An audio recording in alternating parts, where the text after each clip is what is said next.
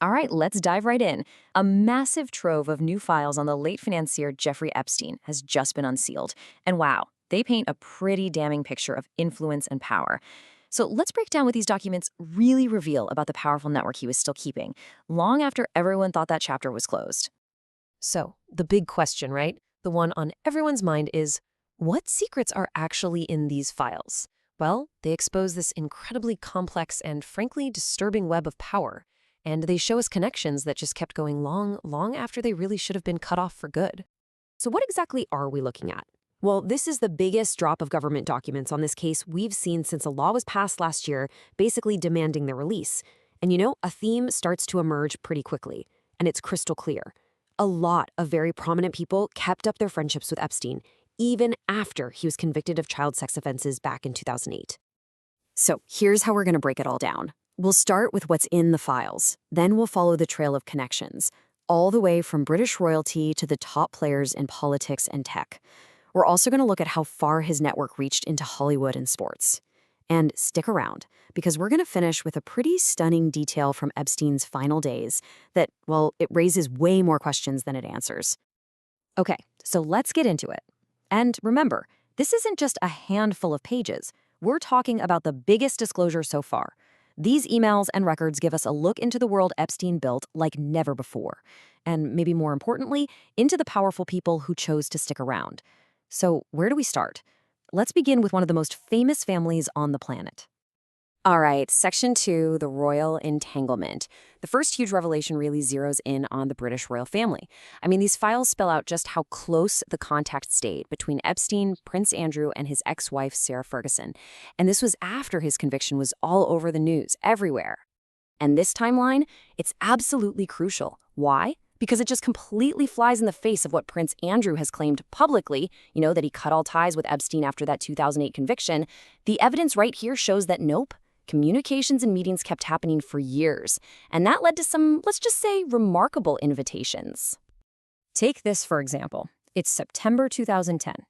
Epstein asks for some private time while he's in London. Then an email comes through from the Duke, who everyone believes is Prince Andrew, offering this up. And then, get this. Just 3 months later, the two of them are literally photographed together in New York City. And it wasn't just Andrew. His former wife, Sarah Ferguson, was also keeping in close touch. There's this one email she sent while Epstein was literally under house arrest back in 2009, where she calls him the brother I always wished for. Now, there was also money involved. Epstein gave her £15,000 to help with some debts.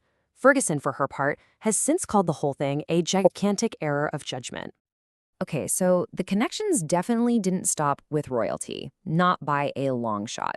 These files show that Epstein's network stretched way deep into the worlds of politics and big tech, naming some really powerful people on both sides of the Atlantic.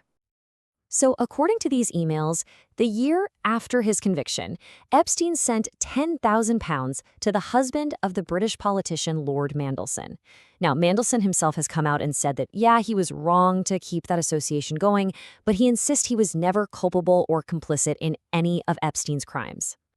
And then there's Donald Trump. His name comes up, get this, more than 200 times in these files. Now, for the record, he has always, consistently, denied knowing anything about Epstein's crimes. He says they had a falling out before the conviction, but still, his name is just all over these documents. But it's really important to get the context for these mentions. A lot of them come from allegations against Trump that the FBI gathered from a public hotline.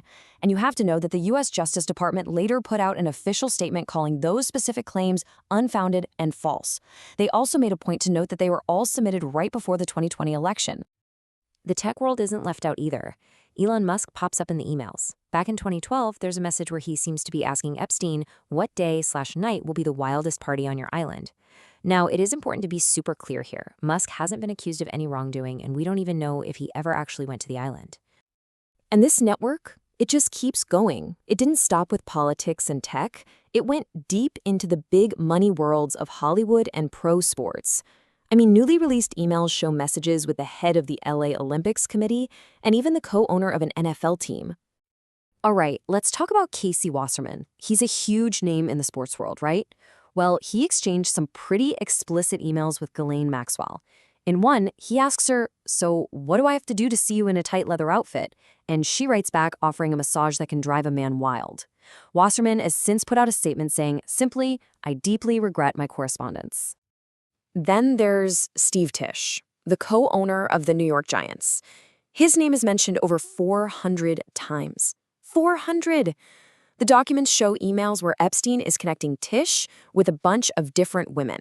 In his statement, Tisch admitted to exchanging emails about adult women and said he deeply, deeply regrets ever associating with Epstein. Okay, so now we're going to pivot a little bit. We're going to shift away from Epstein's network and focus on a revelation about Epstein himself. It's a really specific detail from his last few days in custody, and believe me, it raises a whole new storm of questions. Check this out. According to an official FBI timeline, on July 29, 2019, that's less than 2 weeks before he died in his jail cell, Epstein's lawyers had a meeting, a face-to-face meeting with federal prosecutors in Manhattan. The timing of this is just, wow, it's so critical. So what was this meeting about? Well, an FBI document spells it out. His lawyers brought up, and I'm quoting here, the possibility of the defendant's cooperation. Let's be clear about what that means. They were talking about making a deal. I mean, this detail is an absolute bombshell. It just forces you to ask the question, if he had lived, was Jeffrey Epstein about to start cooperating with the feds? And just imagine, what or maybe who would he have given up? And that really brings us to the big picture here. You know, these files, they've definitely answered some of our questions. But man, they have blown the doors wide open to so many more. What we're left with is a trail of trashed reputations and a whole lot of mysteries that still hang in the air. So, what are the big takeaways? Let's recap. 1. We have undeniable proof that very powerful people kept their ties to Epstein after he was a convicted sex offender.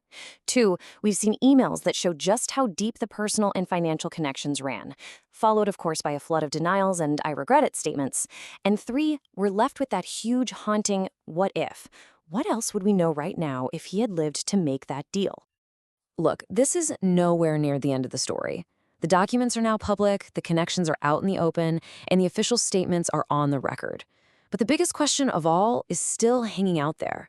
With all these secrets finally dragged into the light, what is the ultimate fallout going to be for all the powerful people who got caught in Epstein's shadow?